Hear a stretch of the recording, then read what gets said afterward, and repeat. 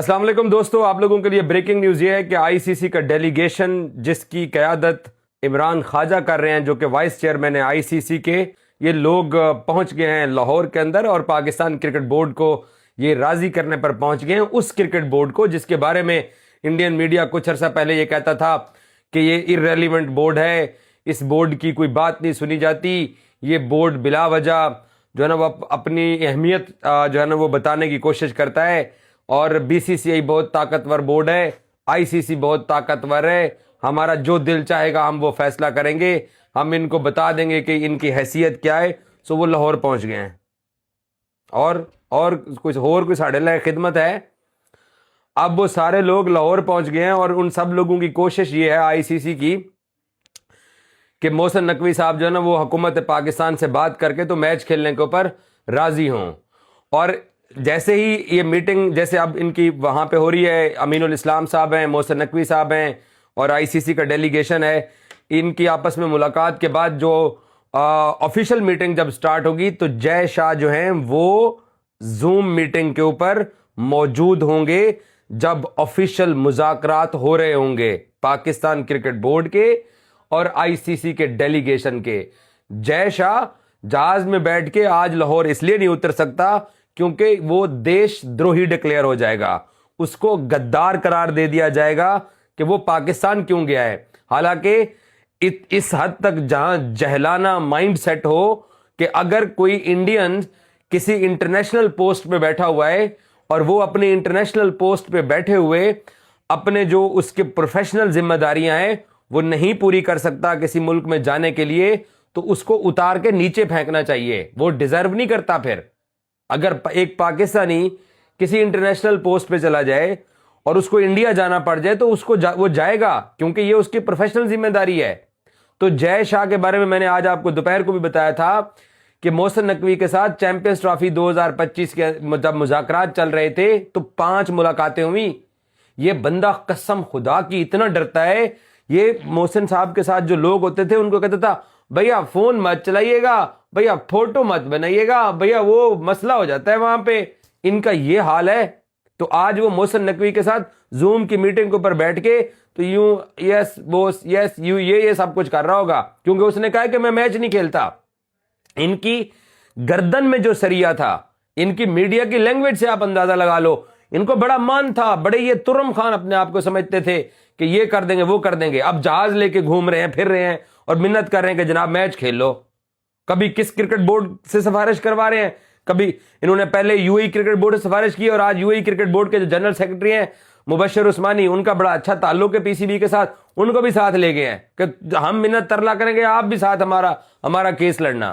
سو اب ان کی گردن کا سریا جو ہے نا وہ ٹوٹل ٹیڑھا ہو چکا ہے، اب یہ منتے ترلوں کے اوپر آ چکے ہیں۔ اور کل جو ان کے گندے جرنلسٹ ہیں، اسپیشلی وہ جو وکرانت مجبور گپتا ہے، وہ مجبور گپتا کہتا ہے کہ P C B approach I C C, P C B approach I C C, وہ جس طریقے کی انگریزی بولتا ہے، میں حیران ہوا کہ ابے کبھی تو سچ بول دے، کبھی تو ایمانداری سے کوئی بات کر دے، تو جرنلسٹ ہے، تو آر ایس ایس کا نمائندہ نہیں ہے، تو جرنلسٹ ہے، تو بتا کہ آئی سی سی نے پی سی بی کو اپروچ کیا ہے کہ ہم لاہور میں، آپ بیٹھے ہوئے تو ہم لاہور میں آ رہے ہیں۔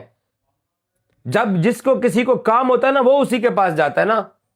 اور اگر آئی سی سی کا ڈیلیگیشن پاکستان نہ آتا، پاکستان کرکٹ بورڈ کے ساتھ مذاکرات نہ ہوتے تو یہ روز وہی جھوٹی خبریں چلاتے، آج ان کو دھمکی لگا دی گئی ہے، ڈیتھ وارنٹ دے دیے گئے ہیں، تباہی پھیر دی گئی ہے، یہ کر دیا گیا ہے، وہ کر دیا گیا ہے۔